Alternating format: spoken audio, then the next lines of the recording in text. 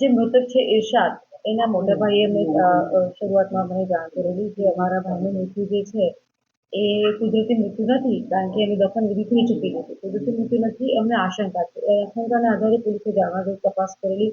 જાણવાજોગ અને એ જે મોટા ભાઈ છે એને એવું કીધું કે મારા ભાઈની પત્નીનું વર્તન પર અમને શંકા જઈ રહી છે, તો શંકાના આધારે એની પત્નીની પણ પૂછપરછ કરવામાં આવી. જેથી પૂછપરછ પછી અમને એવું ધ્યાને આવ્યું છે કે આ કુદરતી મૃત્યુ નથી, પરંતુ એક મર્ડર છે.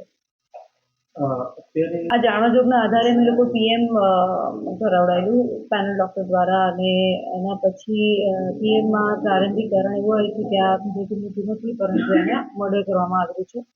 એ મર્ડર કઈ રીતે કર્યું છે અને એની વાઈફનો એમાં શું રોલ હતો એની આગળ અમે તપાસ કરી.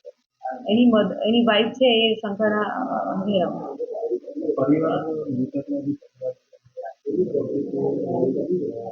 આરોપી મહિલા છે, જેને પોતાના બે મિત્રો મુંબઈથી બોલાવ્યા હતા, સ્ટેશન ખાતે આવ્યા હતા. તો આ દિશામાં કોઈ તપાસ થઈ છે? હા, દિશામાં તપાસ ચાલુ છે.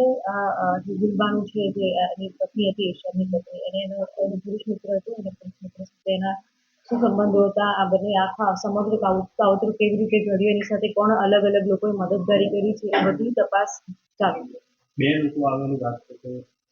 હા, આમાં ઘણા પણ હોય શકે, બે પણ હોય શકે, એની તપાસ ચાલુ છે. હા, અત્યારે હાલ જેની એની પત્ની છે ગુલબાનો, એને પૂછપરછ ચાલુ છે.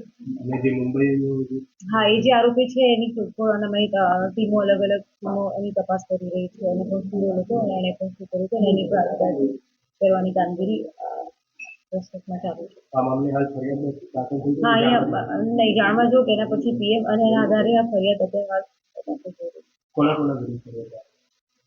અત્યારે હાલ તો જે એના મોટા ભાઈએ ફરિયાદ આપી છે, અને ફરિયાદમાં જે પણ આરોપીના નામ શું છે